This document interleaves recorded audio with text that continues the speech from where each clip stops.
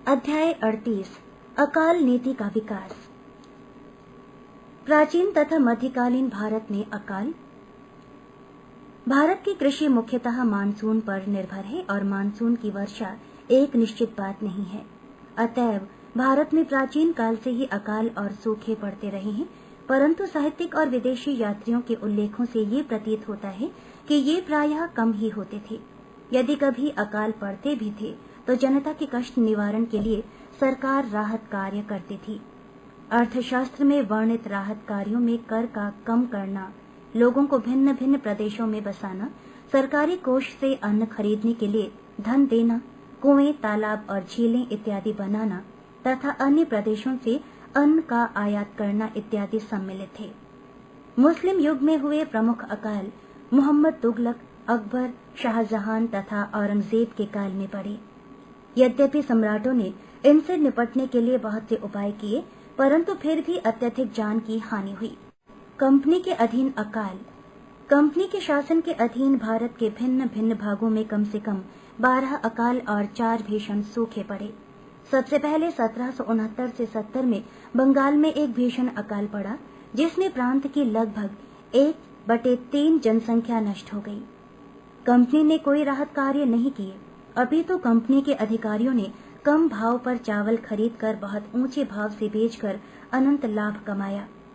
1781 और 1782 में मद्रास क्षेत्र में सूखा पड़ा और 1784 में सारे उत्तरी भारत में कठोर सूखे की स्थिति हो गई। 1792 के दुर्भिक्ष में मद्रास में कंपनी ने अकाल पीड़ितों की सहायता के लिए कार्य आरंभ किए। जब 1803 में आधुनिक उत्तर प्रदेश के क्षेत्र में अकाल पड़ा तो सरकार ने कर में छूट दी, लोगों को ऋण भी दिए और बनारस, इलाहाबाद, कानपुर तथा फतेहगढ़ में समस्त आयात किए अन्न पर सरकार की ओर से विशेष पुरस्कार अथवा पैसा दिया गया। 1833 के गुंटूर जिले के अकाल से 5 लाख व्यक्तियों में से 2 लाख मर गए। इसी प्रकार 1837 में उत्तरी भारत में कड़ा अकाल पड़ा। सरकार ने सार्वजनिक कार्य आरंभ किए, परंतु निस्सहाय तथा दुर्बल व्यक्तियों को राहत पहुंचाने का कार्य धर्मार्थ संस्थाओं पर ही रहा। कंपनी के काल में इस राहत कार्य अथवा अकाल से बचने के लिए कोई निश्चित योजना नहीं बनाई गई थी। प्रत्येक सरकार और जिला प्रशासन ने भिन्न भिन्न योजनाएं, जैसे अन्न का सुरक्षित भंडार, जमाखोरी पर दंड, अन्न आयात पर पुरस्कार, कुएं इत्यादि के लिए ऋण देना इत्यादि चलाई गई। क्राउन के प्रशासन 1858 से 1947 के मध्य के दिनों में दुर्भिक्ष।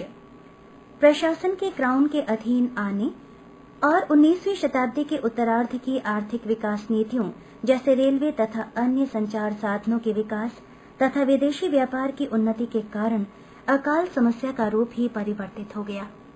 सरकार ने भी ये अनुभव किया कि सिंचाई सुविधाओं का विस्तार, कृषि संबंधी कानूनों का बनना और निवारक प्रयत्नों का करना तथा अकाल नीति का निर्धारण करना इसी का उत्तरदायित्व है। पृष्ठ 357। इस युग में 10 अकाल और अनेक बार सूखा पड़ा। 1860 से 61 के मध्य में दिल्ली और आगरे के बीच के क्षेत्र में अकाल पड़ा।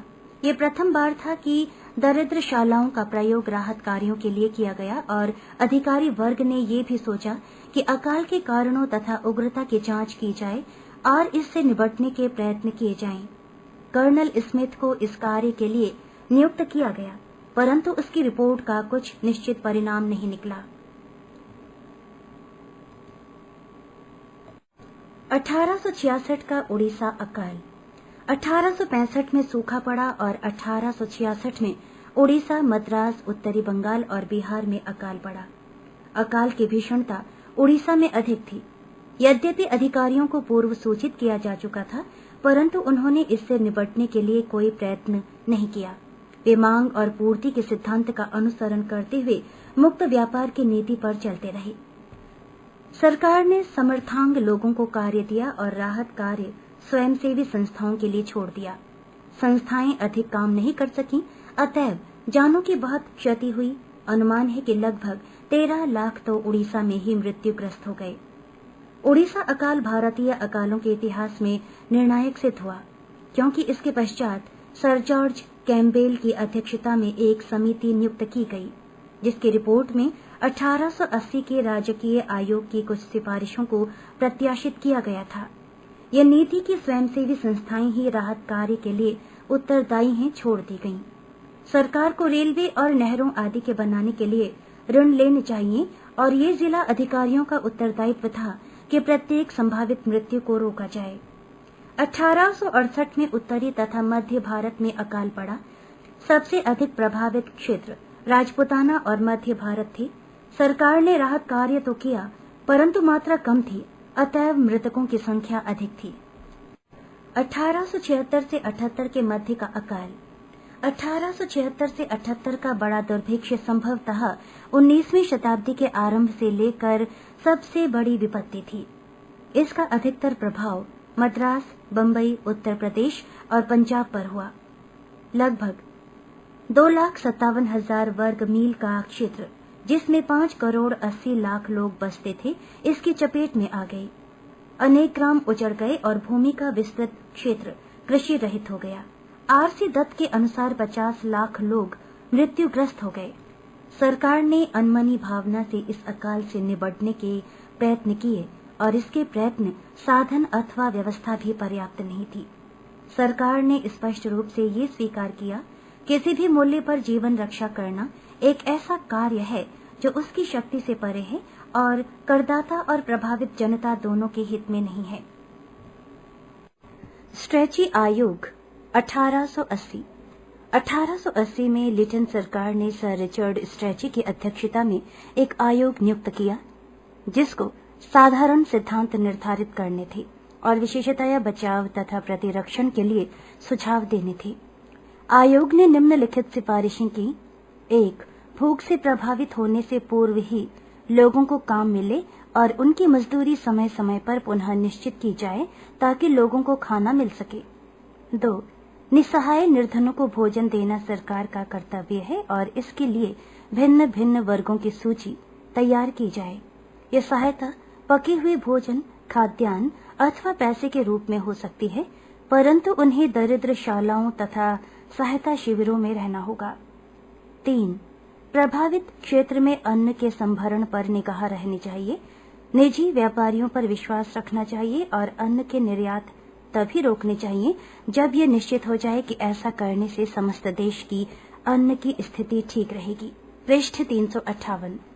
चौथा है भूमि कर तथा अन्य किरायों में कमी तथा छूट की नीति भी निर्धारित की गई। 5. अकाल सहायता का व्यय प्रांतीय सरकारों को सहना होगा, यद्यपि जहां आवश्यक हो केंद्रीय सहायता भी मिलेगी। 6. कड़े सूखे की स्थिति में दुधारू पशुओं को अधिक हरे भरे प्रदेशों में स्थानांतरित करने का भी प्रबंध किया गया। सरकार ने आयोग की सिफारिशें साधारण रूप से स्वीकार कर लीं और एक अकाल कोष स्थापित करने के लिए राजस्व के अन्य स्रोतों का पता लगाने के लिए प्रयत्न किया गया। 1833 में अकाल संहिता भी निश्चित की गई थी, जो कि प्रांतीय अकाल संहिता का आधार बनी, जो कालांतर में बनाई गई। इसमें साधारण अवस्था में बचाव और राहत कार्यों के आरंभ होने की स्थिति में सुझाव दिए गए थे। इसमें अकाल ग्रस्त जिला घोषित करने से लेकर अन्य सभी अधिकारियों के कर्तव्यों की सूची दी गई थी। 1883 और 1896 के अकालों में इन संहिताओं में दिए गए सुझावों को परखने और संशोधित करने का अवसर मिला। 1896 से 97 के अकाल, 1880 और 1896 के बीच 2 अकाल तथा सूखे पड़े, परंतु 1896 से 97 के मध्य के महान अकाल ने सभी प्रांतों को न्यून अथवा अधिक रूप से प्रभावित किया और 3 करोड़ 40 लाख लोग प्रभावित हुए। मध्य प्रांत के अतिरिक्त जहां मृतकों की संख्या बहुत अधिक थी, शेष स्थानों पर सहायता कार्य पर्याप्त रूप से सफल रहे। कुछ भागों में सहायता कार्य विस्तार से किए गए और लोगों को घरों में भी सहायता पहुंचाई गई। कुल व्यय 7 करोड़ 27 लाख हुआ। पंजाब के उप गवर्नर सर जेम्स लॉयल की अध्यक्षता में स्थापित आयोग ने 1880 के आयोग से सहमति प्रकट की, परंतु कुछ क्षेत्रों में थोड़े बहुत परिवर्तन किए गए, जिससे समकालीन उपायों में कुछ लचीलापन आ गया। 1899 से 1900 का अकाल। पहले दुर्भिक्ष के तुरंत पश्चात एक और विपत्ति 1899 से 1900 के मध्य में आई। इससे 1,89,000 वर्ग मील का क्षेत्र और 2,80,00,000 लोग प्रभावित हुए। अधिकारियों ने दुर्भिक्ष के आरंभिक काल में सहायता कार्य आरंभ करने से मनाही कर दी थी और फिर जब आरंभ किए तो इतने अधिक लोग शिविरों में आ गए कि सभी व्यवस्था अस्त व्यस्त हो गई। सहायता व्यय लगभग 10 करोड़ रुपए हुआ। मैकडॉनल्ड आयोग की सिफारिशें। लॉर्ड कर्जन ने सर एंटनी मैकडॉनल्ड की अध्यक्षता में एक आयोग नियुक्त किया जिसने 1901 में अपनी रिपोर्ट दी, जिसमें सहायता की स्वीकृति नियमों का संक्षिप्त रूप से वर्णन किया गया। इसमें नैतिक नीति के लाभों, पशु तथा बीजों के लिए शीघ्रता से धन बांटने तथा अस्थायी कुएं खोदने की व्यवस्था के लाभों पर बल दिया गया।